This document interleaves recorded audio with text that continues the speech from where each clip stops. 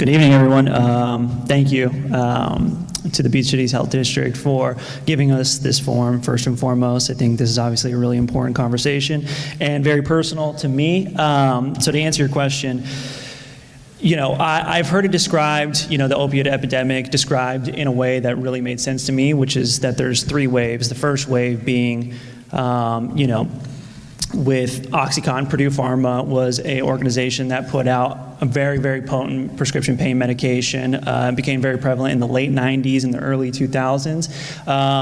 And when the government and law enforcement became aware of the really illicit consequences that can come to fruition as a result of that, of substance abuse pertinent to OxyContin. Substance abuse users made the transition into a cheaper alternative, being that heroin. And now that was phase two of the opiate epidemic, was the transition from, prescription pain medication like OxyContin to heroin, street opiates. Now we're in phase three, which is essentially fentanyl and the prevalence of fentanyl. And it is ever present. I mean, we're hearing statistics that fentanyl is prevalent in most street drugs, somewhere in the realm of 48% of street drugs being taken off the street have trace amounts of fentanyl in it. And that's for those that find themselves experimenting with any sort of drugs, so whether that's cocaine, ecstasy, Adderall, any of the pills that were described in the film here, I mean, that's almost a coin toss as to whether or not that this poison is going to be in those other street drugs. And so it's obviously very, very prevalent. I'm sure Chief LeBaron can attest to that on a local level, but we're seeing it all over the country, LA County. And so, yeah, we got to do something. Thank you, and thanks to everyone for being here, especially the young people that are listening. I know this is a topic you've probably heard a lot about, so I'm going to try and be as real as possible with what I've seen and what I experienced. And I want to just start by pointing out something you heard in that film that may have been overlooked. You hear often these two words when it relates to people who take this stuff. One is overdose, and in that film you heard quite a bit people saying poisoning. That's the difference. When I was a young narcotics officer many, many years ago, heroin was a thing. That is an opioid, just like fentanyl is. And we would consistently see heroin users overdose on that drug, and it would kill them. An overdose is when somebody's taking the drug they want to take and they accidentally or intentionally take too much of it, and it overwhelms their body and kills them. The parents in this film were referencing the fact that their child had been poisoned or even murdered, which tells everybody here that they did not intend to take that drug. And that's what the difference is now, is this fentanyl problem is something that's happening whether people want it or not. People aren't always asking for that. I had a chance to hear the DEA director late last year, and she answered the question, which many people are asking, if it's so bad, why do these drug dealers want to kill their own clients? And her answer was very simple. They don't care. 13 cents is how much it costs to make a pill with fentanyl, and they can sell it for $30. So they don't care, because if someone dies, there's plenty more waiting. So we have to look at this differently than we would a drug overdose or a drug user. This is killing people who don't intend to be killed and don't intend to take the drug that they're taking.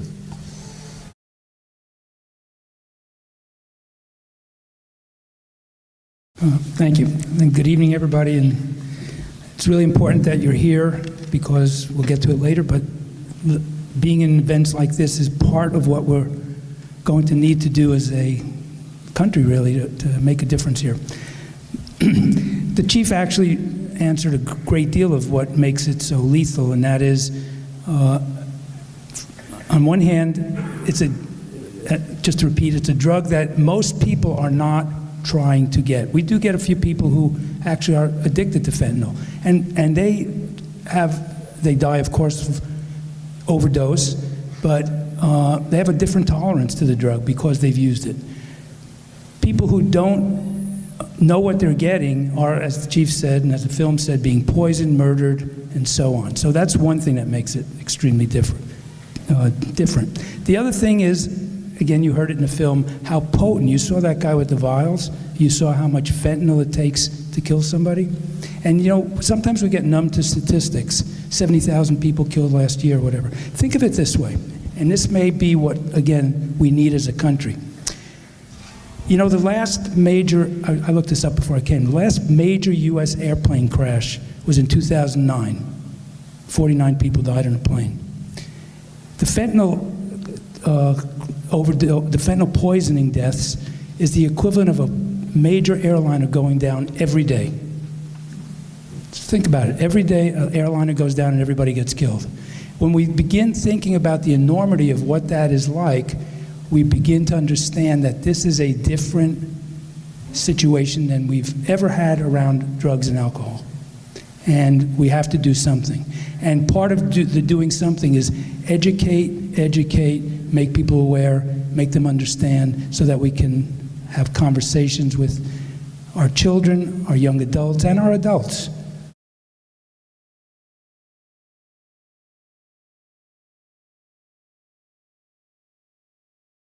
I know everybody knows this, but Hermosa Beach isn't a real big city.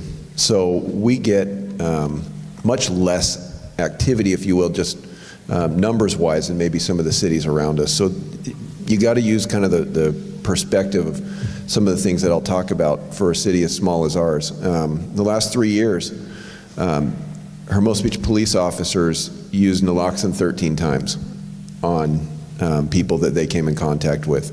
Some of those, their lives were saved, and some they weren't. But those are just the ones we've come in contact with. People want to know, you know, is this really that bad? Isn't this something that happens in back alleys? And I hate to say it, but no, it's extremely prevalent right here in our beach cities and in the South Bay. Last year, the police department issued a letter to the community, which I encouraged to be written and helped write, to talk about what we experienced. And I know it was referenced earlier in the introduction. We had a young man who died from fentanyl poisoning that happened back in 2021, actually 2020, and it led into 2021. We let that be the impetus for an investigation into fentanyl dealers to see what was going on in Hermosa Beach. The result of that was that we arrested 5 people, 4 adults, 1 juvenile. It was really a spider web. It wasn't like they were all working together, but we would find one who would lead to another, who would lead to another, who would lead to another.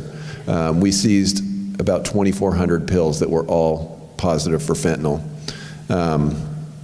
We were buying this stuff easily by just logging on anonymously to social media platforms like WhatsApp, Instagram, Cash App, Snapchat, Telegram. Stuff that you go on every single day, and we anonymously got on there and found people, and they brought it to us immediately. And I want to make sure we're clear on this also, because we are in a high school. We have been talking a lot about people who lose their children. This is just as prevalent with adults as it is with kids. These dealers didn't care who you were. Obviously, they would bring it to youth, to young people, and they did, because we know that, but they'd also bring it to adults. So just make sure we're thinking of the fact that this is something that impacts all of us.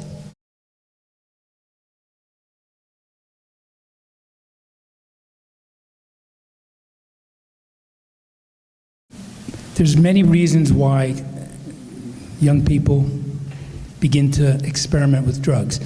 But before I go on to, again, what many of you probably know, when I say the word experiment with drugs, that is the key, and again, the key that I think we have to change the paradigm. The paradigm of experimenting with drugs, which probably is pretty prevalent in many communities, and including the South Bay, has to change. It has to become no experimenting. And I know that sounds harsh, and it sounds, for some people, unrealistic, but what we saw in the film and what happens makes it so. So, again, one of the things that we have to do is take away this sense that, everybody does it, all my friends are doing it, it's okay. Why do kids begin to use? They're curious, it makes them feel good, they may have problems at home, they may see their parents celebrating bad things and good things with either alcohol or pills. They may have poor grades. They may have friends that are using and have peer pressure. Social media is a killer in all of this, quite honestly. When I go to sometimes take a look and see what kids are looking at and flash on different drugs, it looks so inviting, and they have pretty people, and they have great outcomes, and everybody's having a great time. Not at all what it looks like in this film. So there's lots of reasons why kids begin to experiment, but again, we're in an environment where, as you'll hear more often than once tonight, one pill can kill. It's not like it used to be. And that's what we have to really begin to understand. I totally agree. Social media is it's a prevalent factor in why it is that we're having this discussion here. And to be totally transparent, substance use is, it's made out to be something online. It's in music, it's in culture, especially for young people. It's prevalent from the music that they listen to the shows that they enjoy watching. Substance abuse is at the forefront of most media that is put out there for young people. And social media, the way in which I've described it, this is a different world, and growing up in 2023 looks vastly different from when it is that I even went through high school, right, and graduating in 2008. It is a different world. Considering the COVID pandemic, considering, if you do not have social media in 2023 and you're a high school student, you're an anomaly. Like, you are an anomaly, and that's a problem. Truth be told, it's a way of the world. Parents have social media, and growing up, I'm of the last generation. I feel like I would compare myself to the kids that were in my cul-de-sac, right? And if Billy up the street had a cool skateboard, and if I could get a skateboard like that, I was going to be okay, right? And now, unfortunately, these young people have access to the millions of other people that they're seeing online, and they're comparing themselves to those millions of other people that they're seeing online, and that is going to produce anxiety, that it's going to produce continued mental health problems, depression, and what's a way to try and conquer that problem as a high school student, as a young person, to try and fit in? It's going to be experimentation. Legalization of cannabis in California. It's, I'll be transparent, I work with a lot of young men who are working hard on their recovery, and it almost always starts at cannabis. And I know, unfortunately, a lot of families that will turn a blind eye to something like that, and it is undoubtedly, in my opinion, a gateway to more experimentation, and we know the risk of experimentation. We just saw it, and we're going to continue to talk about it. But experimentation, to Dr. Gelbart's point, those days have to come to an end. They do.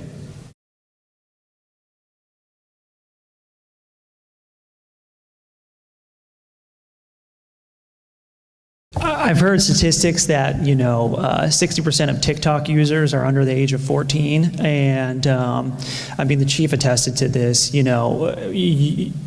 The way that drug dealing is, drug dealers, from my experience, they're accepting payments through Cash App, Venmo. This isn't like you have to go to a back alley situation to acquire this anymore. They will drive to you, they will bring it to your home, and it's all prevalent through these social media apps.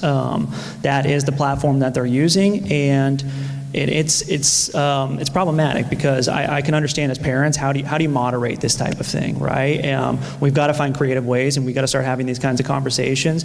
You start using Snapchat, I've used Snapchat, and I've seen it to try and help young men get sober, and you get ads, menus really sent to you of what's available and willing to drop off between these hours and these hours, and cannabis, pill, hydrocodone. And it just, you've got to ask yourself how much fentanyl could potentially be in any of those things that are becoming available to these young people, and it's out there.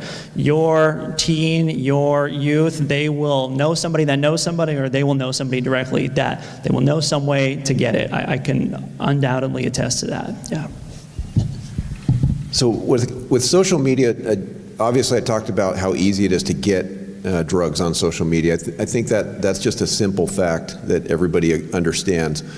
But social media is exactly what it is. It is a communication platform. And so it's not just people who want drugs communicating with drug dealers. This is an ongoing communication. And I'll give you an example.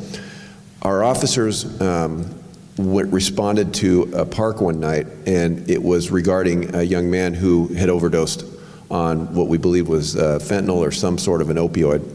And as they get there and they're trying to figure out what happened, within less than minutes, all of his friends showed up. They were at the park also, just as quickly. And of course, the question was, what are you guys doing here? We heard about so-and-so who's now being treated by paramedics.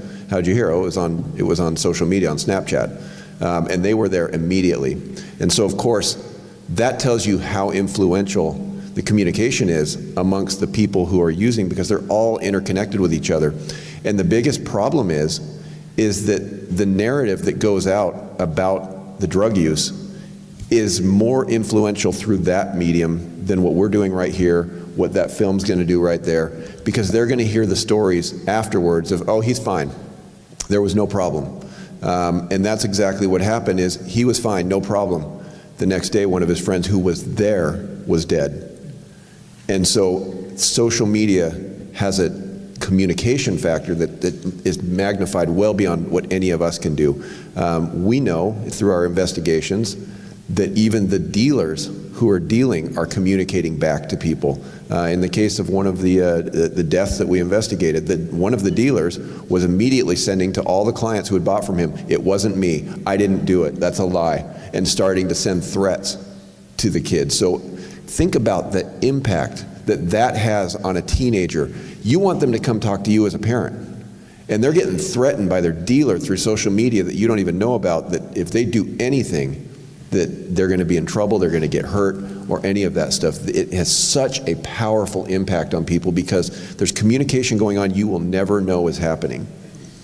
I'm going to add one more thing, and that is, and again, I think it'll come up in a little bit when we talk about potential solutions, but the other problem, another problem with social media is it is young people getting information from other young people who are who have the same kinds of interests and are not as knowledgeable as they need to be. So the information that they're receiving is from their peers rather than from their parents or from experts or whoever else can help them. And that's another danger in terms of them, as he said, sharing all their ideas on this platform.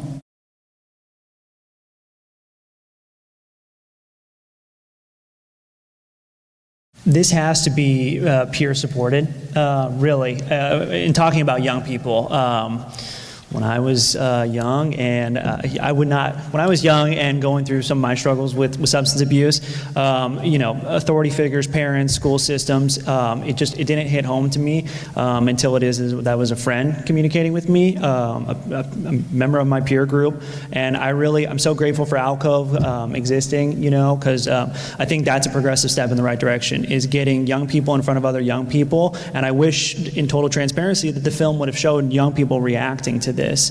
Young people sharing about the losses of their friends, because this will get personal for everyone in this room and for many of the people that aren't in this room very, very quickly if it hasn't already, and I think that if we're going to make progressive steps in the right direction, it really needs to be peers talking to peers and friend groups helping their friends identify solutions for help, helping them find support systems, helping them find ways in which that they can seek recovery, and really attempting to reduce the stigma, whether it be through substance abuse, mental health, in any capacity possible. Obviously, we have support when it comes to, this kind of thing in prevention with the school systems and the local agencies. I think it really, whatever else we can do to empower youth to hold each other accountable and really point people in the right direction will really aid and assist in shifting the dynamic a little bit.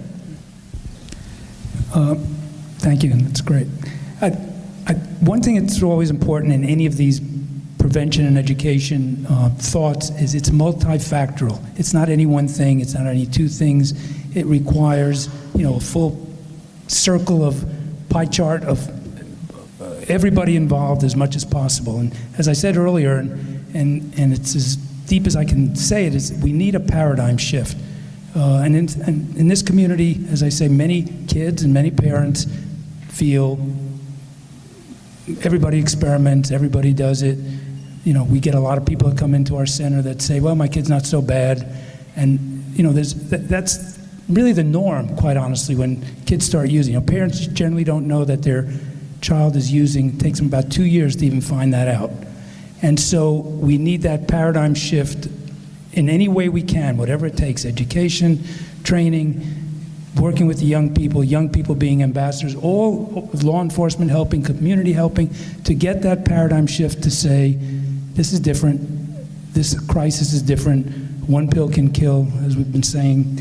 And maybe another part of that pie chart is making sure that we are addressing mental health issues with young people.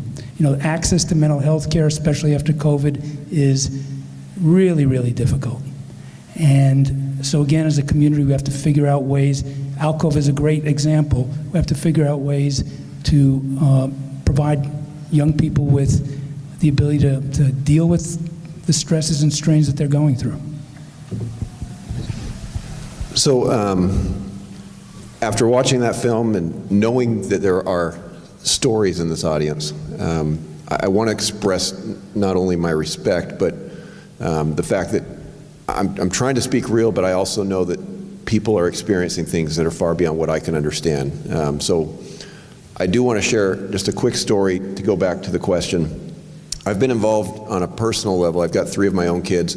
This is not something that I speak as just as a police officer. I will say that. But I've also coached youth sports for 30 years. And that puts you in a unique relationship with a lot of young men in particular as they grow up and make their mistakes. And if they consider you coach, you have a unique opportunity to help them. And I had a parent call me one time and say, hey, I need you to talk to my son. He's using drugs. I'm afraid for where it's going to go. So of course, took him to lunch, sat down, said, hey man, what's going on? How can I help you? This is dangerous. It could kill you. All the same things that you've heard up here tonight. And he looked at me and he goes, Coach, my mom's been taking pills since as long as I can remember. She's not dead. So what I say with all the respect in the world is it starts with the parents. And it was said in that film, don't even try a drug.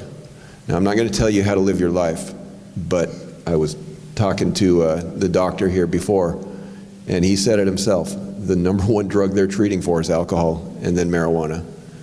So if we're talking about gateway drugs and we're talking about where we draw the line, you have to decide that. But our kids are watching their parents. Now, the flip side to that, and what I want to finish with, is I deal in prevention, crime prevention, e-bike prevention. Mayor, you know what I'm talking about, right? We are constantly being told, here's the problem, go fix it. The problem, though, with prevention is we can only measure what's happening or what has happened. So we can sit up here and talk all day about the statistics about how many times we've used naloxone, how many people have died. But what I can't tell you is how many lives we've saved. So I want you to walk away from here also recognizing that what the community can do is what they're already doing. Whoever's life you have saved, and you may or may not know about it, do that again, and then do it again. Because we're having success, because there would be more people dead, because this drug is so potent that if everybody was taking it, a lot more people would be dead. So I just want to make sure you recognize that we'll never be able to measure the success, but it is happening, and these kinds of things are what creates that. So that's why I continue to come out here, and every one of you should as well.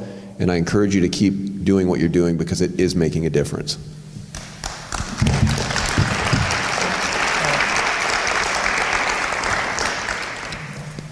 I just thought of one thing, if I can add, in regards to that.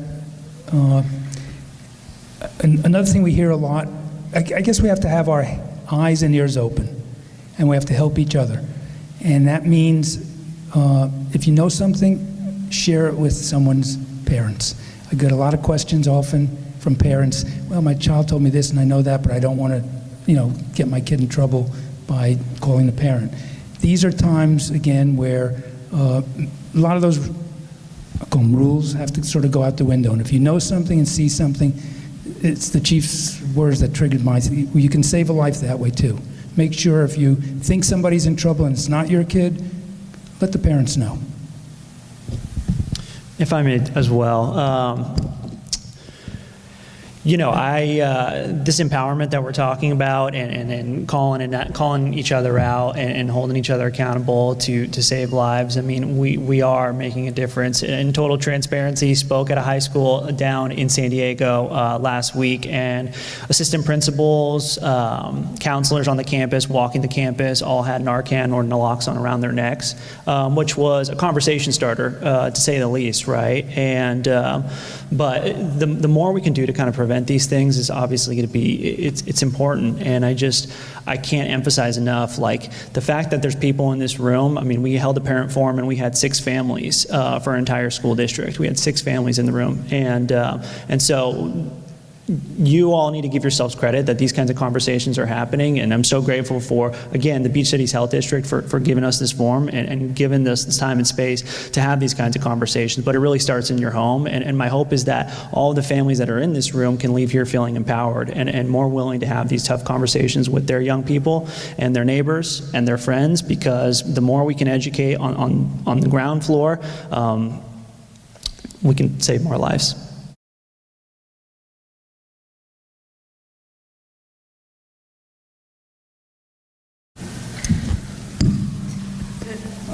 Please. I'm not sure, because it would feel repetitive to a lot. I think we've covered most of the things. Perhaps the thing I struggle with most is, what do we tell parents? Like, what's the message? Besides all the things we've said, how do you talk to your kids? Years ago there was a study, it was an interesting study. They asked kids, who would you most like to talk to about your problems? And the vast majority said, my parents or another adult. Then they said, who do you talk to with your problems? And the overwhelming vast majority said, my friends. So there's some mishit in that. And again, I don't know what the answers are besides 2 things that I'll throw out. One is, which I always use the expression, but it's not mine, it comes from the title of a book, talk so your kids will listen, and listen so your kids will talk. Talk with your kids, not at them. Make sure you're hearing them, make sure you understand how to validate their feelings. That doesn't mean agree with them. It just means you can build a bridge of communication. So talk so your kids will listen, and listen so your kids will talk. And the other thing is, especially in this crisis, is start young. Start as young as you can, where it's appropriate in terms of, I have grandchildren, they're 6 and 4. I mean, I'm scared to death about some of this. I'm scared to death somebody's gonna drop some things that look like Skittles, like we read in the newspaper, and they might eat one or something. So how do you begin to talk to young kids about this? Again, we'll have to find the answers to that. But I can tell you this, if they bring it up in any way, shape, or form, then begin to talk to them. Because they're getting the information from someone, and it's better they get it from you. Because the someone they're getting it from is not as caring or as knowledgeable as you are. I'm going to use, I like to tell stories, as you can tell. An analogy that we deal with very often, especially in our city. So bike thefts, it's a problem. Not something even comparable to what we're talking about here, but it's a problem. And our community has got it in their mind that there is a certain person in our city who is responsible for stealing all the bikes. He's even got a name, and everybody will reference him as, that's the guy that steals the bikes. Okay, fine. Here's the problem. If you think every bike thief looks like him, you're going to miss the bike thieves. Because we've arrested 34 people for stealing bikes, and none of them were him, and none of them looked like him. If you think every drug user looks like those junkies with scabs all over them and needles in their arms and tattoos all over themselves who haven't showered or brushed their teeth in a month, then you're missing who's using the drugs. And you're missing what you should be looking for. So keep your mind open to the fact that anybody, not just your kids, your spouse, your siblings, your best friend, anybody could be susceptible to this. As I've talked to people, we're all 1 to 2 degrees separation from somebody we know who has died from fentanyl. So you know somebody right now, or you know somebody who knows somebody who's also likely going to suffer a loss if we don't do something. So look for what you should be looking for, which is some of the things that you're hearing tonight, and not the bike thief who everybody's talking about who really isn't stealing bikes. Dr. Gelbart said it, for the families in this room, for the parents, lead by example in communication style. I think it is so important to practice transparency and honesty and openness and start having these conversations early. It's really, really important. And for the young people in this room, listen, I know the stigma behind calling your friend out or reporting something to a counselor or a trusted adult. I totally recognize that, and I've fallen victim to that mindset in my own personal life too at times. Please make a decision that's going to help you live with the least amount of regret possible, because we are talking about saving lives here, and we really need to empower and educate youth on this. It's scary to say, but they may be placed into a situation where it is that they're going to have to save their friends' lives. And if a situation like that occurs, they need to be ready and understand the Good Samaritan law and understand like the parameters in place to keep them safe. And so, yeah. I just add one more thing. There are two, as I see it, two buckets of areas to make sure we take a look at. One is if the kids you want to stop them from experimenting, stop them from even starting. And that's this one bucket here. And we've been talking about most of that to a great extent most of the night. Then there's the other bucket of kids who are already out there. And they're not addicted, by the way. Okay, we're not talking about addiction issues for the most part. We're talking about kids who are starting to dabble, start drinking, start using. Get them help. And I don't mean necessarily professional help. If they need that, get them professional help. But get them help. Get them to alcohol. Get them to talk to someone. Don't be in that position of saying, this will pass, it's normal. It may, by the way, but we cannot take that risk. So if your child or a child if your child is having difficulties of some kind, find out what's available to try to get them to talk to someone else in some fashion. And then the last thing, which we mentioned, but I think it's really, educate yourself on naloxone and Narcan, and especially if your child is experimenting, have it at home, have it in your car. I've worked with families whose child has come home and taken an unusual rest on the couch and never woke up. And again, educate yourself on the drugs that are necessary for this crisis.